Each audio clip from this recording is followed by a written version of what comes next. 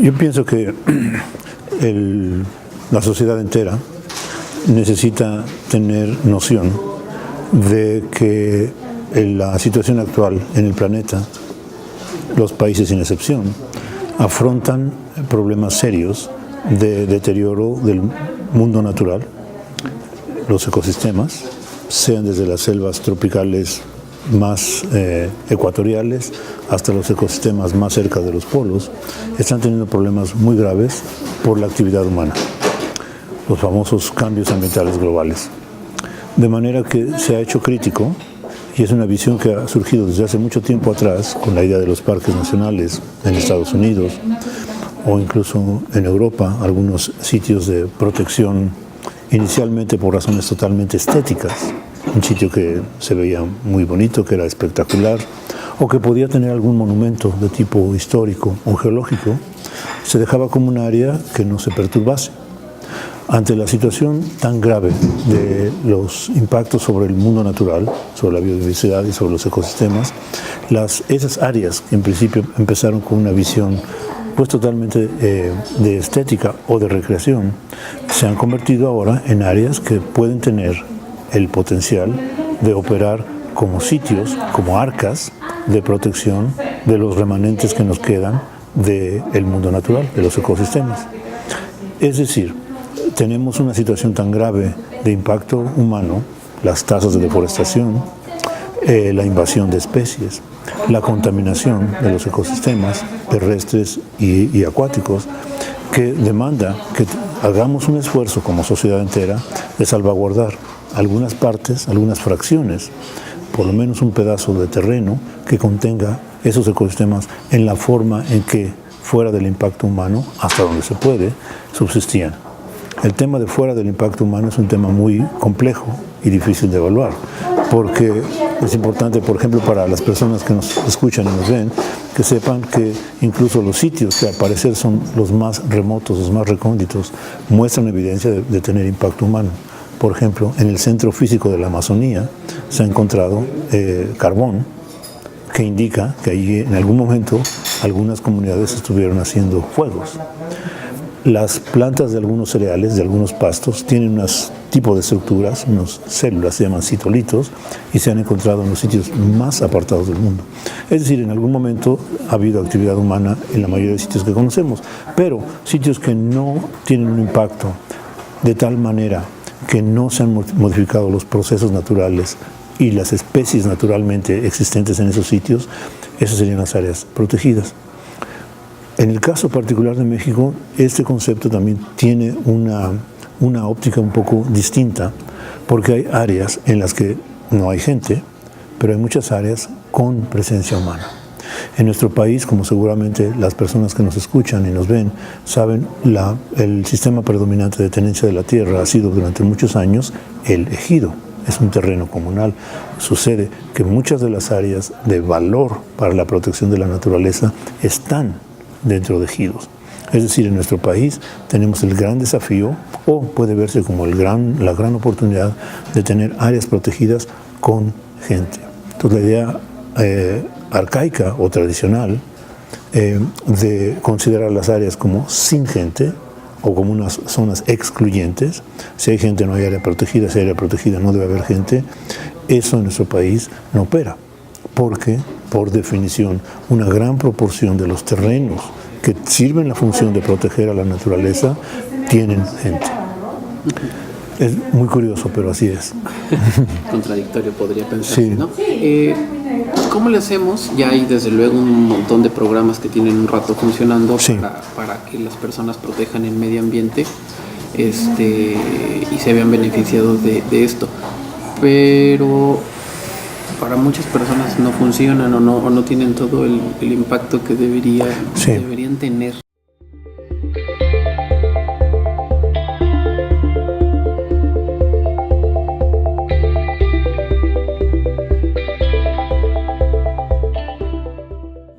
Bueno, incluso yo diría que hay esquemas y ejemplos que están dentro de nuestro propio país que se pueden tomar como paradigmáticos. Se me ocurren dos por mencionar. Uno muy, muy notable es en la Sierra Juárez de Oaxaca. Hay una comunidad que se llama Ixtlán de Juárez, precisamente. Ellos tienen un plan de manejo forestal bastante complejo y además bastante sustentable y bastante compatible con mantener áreas boscosas más o menos extensas. Sin entrar en los detalles técnicos para no aburrir a la gente, lo que ellos hacen es cortan bandas de bosque y dejan alrededor el bosque. Las bandas son muy elongadas, son como rectángulos muy grandes, 50 metros de ancho por muy largos, pueden ser hasta de varios kilómetros. De ahí sacan la madera y lo que han ocurrido es generar una isla, pero al revés. La isla es la parte cortada rodeada de bosque. Entonces es muy fácil desde el punto de vista ecológico que las especies, predominantemente pinos en este caso, empiecen a invadir las áreas abiertas. Digo pinos porque son muy demandantes de luz, les encanta tener mucha luz. Entonces generan un proceso de regeneración muy rápido y esas bandas las van distribuyendo en el espacio de manera que tengan un ciclo y vuelvan a regresar a la misma banda décadas después cuando ya se pueda cosechar. El no tener un sistema de explotación masiva, continua, sino tenerlo estratificado en el espacio, les permite hacer un manejo mucho más compatible con el mantenimiento de la naturaleza. Se puede ver, uno puede tomar las imágenes de satélite de esas comunidades como la de Ixtlán y ver la cobertura forestal y se ve bastante bien, sobre todo comparado con las áreas que no tienen manejo forestal. Ese es un caso de éxito. Ese es un caso, pero de verdadero éxito. Está documentado en la literatura científica.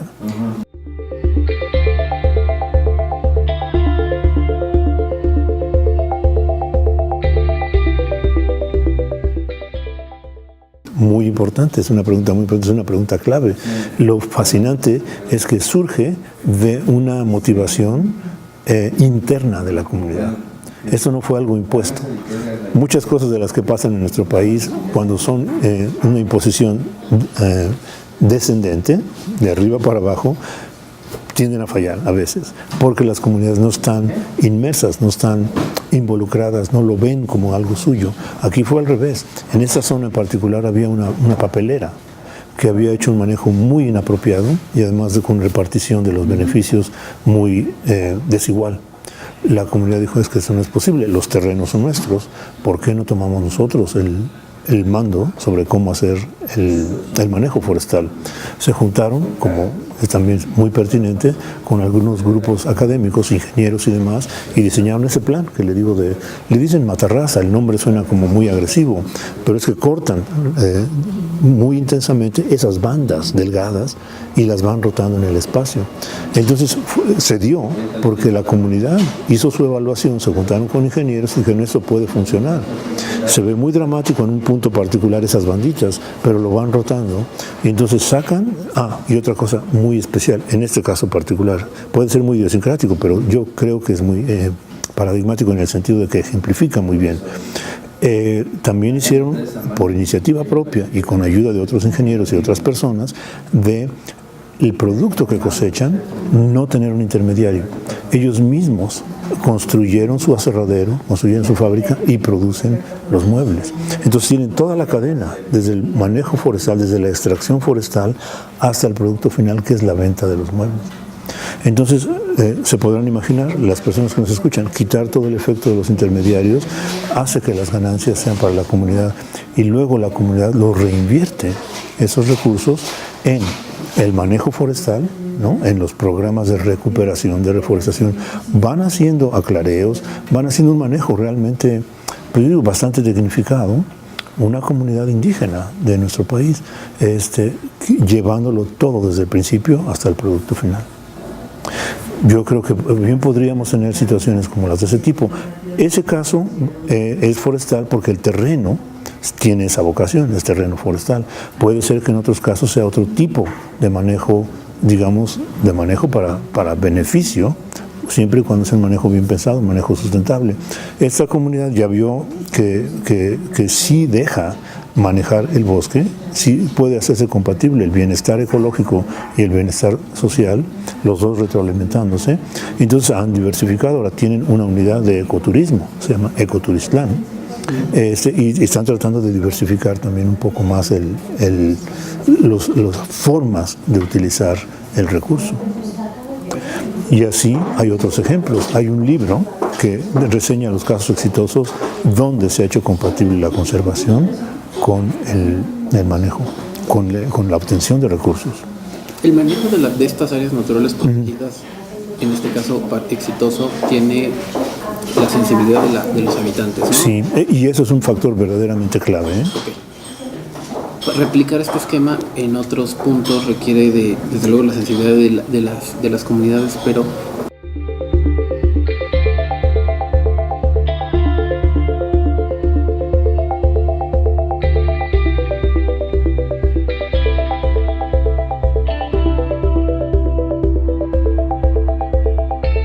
los académicos tienen un potencial de influir en esos grupos, pero yo pienso que las comunidades mismas tienen un potencial de influir en esos grupos. Siempre y cuando no haya algo perverso, algo tergiversado allí con los grupos de la toma de decisiones, las comunidades deberían ser escuchadas, deberían ser recibidas para que ellos expongan la forma en que quieren manejar sus recursos. Eso fue, por ejemplo, una cosa que ocurrió aquí en este caso exitoso, y sospecho que en los otros que son conocidos también ha sido así. Yo pienso que estamos en una situación tal de que ese es un trabajo multisectoral. El sector académico, imagínense el gran valor que habrá tenido para esa comunidad el haber interactuado con personas que tenían una formación técnica, los ingenieros, tanto para la explotación forestal directamente en el campo, como para el manejo del aserradero, como para el manejo de la maquinaria, como para el manejo de la carpintería y la producción de muebles, ¿no? Entonces es el sector académico, el sector técnico, el sector campesino, obviamente los dueños del recurso, y desde luego tiene que estar muy involucrado el sector gubernamental. Tenemos que hacer unas sinergias entre todos. Esos momentos, esos tiempos de una secretaría no hablarse con otra secretaría, o una subdependencia de una secretaría no hablarse con la vecina, esos son tiempos que debemos dejar atrás y hacer todo esto de manera articulada entre los diferentes sectores. Un gran problema que hay en nuestros países, no solamente endémico de México, pero un gran problema que hay es que los sectores no se hablan entre sí.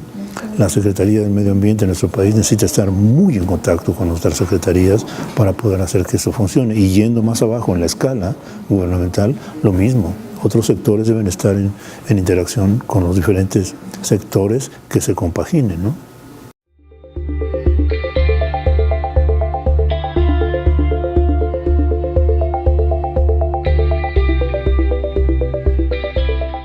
Sin duda, sin duda.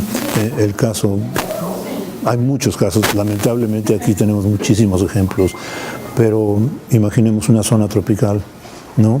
Que es un área protegida extensa, y entonces llega un grupo y bajo algún esquema corrupto, llega y se instala en un lugar y empieza a vender pedazos de terreno, llama a campesinos de otra región y empiezan a cortar terreno, a quemar, y empieza un frente de deforestación, empieza un núcleo de deforestación en un área que debería ser protegida, que incluso los pobladores locales no tenían ninguna intención de cortar, y ahora empieza a ser cortada, empieza a ser alterada por un grupo externo, porque algún tipo de corrupción hubo y alguna corruptela se generó, de manera que se empiezan a vender terrenos donde no se deberían de estar vendiendo.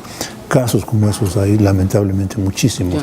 Las áreas naturales protegidas. Sí. Este ejemplo que estoy poniendo ocurre en áreas naturales protegidas. Ese tipo de situaciones ocurren en muchos niveles de la organización administrativa de nuestro país, incluyendo, por desgracia, en las áreas naturales protegidas, a niveles de la localidad, ¿no? Que es donde ocurren las cosas realmente.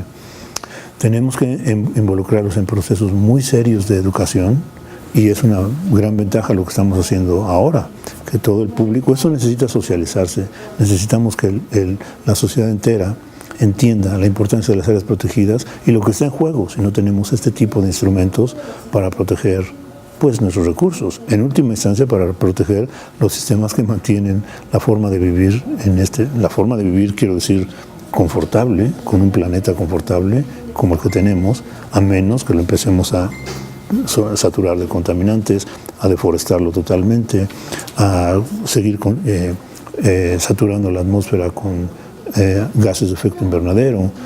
todo ese tipo de cosas vienen operando en conjunto y tenemos que tener acciones que se contrapongan a ello lo más pronto posible. Las áreas naturales protegidas es uno de los mecanismos que tenemos a la mano para hacerlo.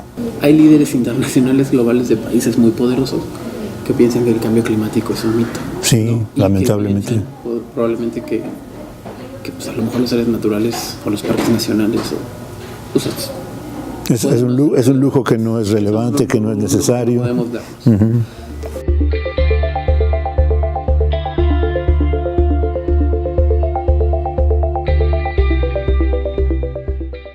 Sí, bueno, lamentablemente es una fuerza de poder muy asimétrica, pero la comunidad científica se ha manifestado, se ha abocado. Yo creo que la comunidad científica, por ejemplo, en las publicaciones científicas, nosotros hacemos llamados con mucha frecuencia, llamados a la acción, o detectamos problemas a los cuales ponemos un documento, una carta, un manifiesto, un editorial. Lo que nos falta muchísimo, lamentablemente, es que los medios que tienen la capacidad de comunicar abiertamente y que pueden hacer mucha presión, los medios de comunicación, los medios masivos, necesitan también estar de nuestro lado. Mis publicaciones científicas las leen mis colegas científicos, las leen estudiantes y las leen estudiosos, pero hoy en día muchas de las revistas científicas, sobre todo las más visibles, hay una revista que se llama Science, una revista que se llama Nature. Esas revistas, cuando ven un artículo que tiene potencial de influir, se aseguran de que antes de que el artículo esté libre para ser publicado abiertamente a la comunidad científica, van y encuentran reporteros o tratan de encontrar reporteros, tratan de encontrar comunicadores para hacerles ver que viene un artículo que trata tal o cual problema. Muchos de los temas que vamos a estar tocando en este Congreso Internacional han salido en la prensa pública, pero necesitamos que eso sea una campaña muchísimo más activa. Necesitamos realmente, la verdad, reasignar un poquito de los tiempos de emisiones de radio y de televisión que tienen una penetración social muy profunda y darle un poco más de espacio a esos problemas que son verdaderamente críticos. Yo no quiero decir que dejemos de ver el fútbol, para nada, sobre todo si juegan los Pumas, pero necesitamos también reasignar un poco más de el recurso tan valioso que es la comunicación. Las horas de televisión, las horas de radio es algo muy valioso a tocar este tipo de problemas. Yo espero que este tipo de ejercicio que estamos haciendo vaya un poquito en esa dirección.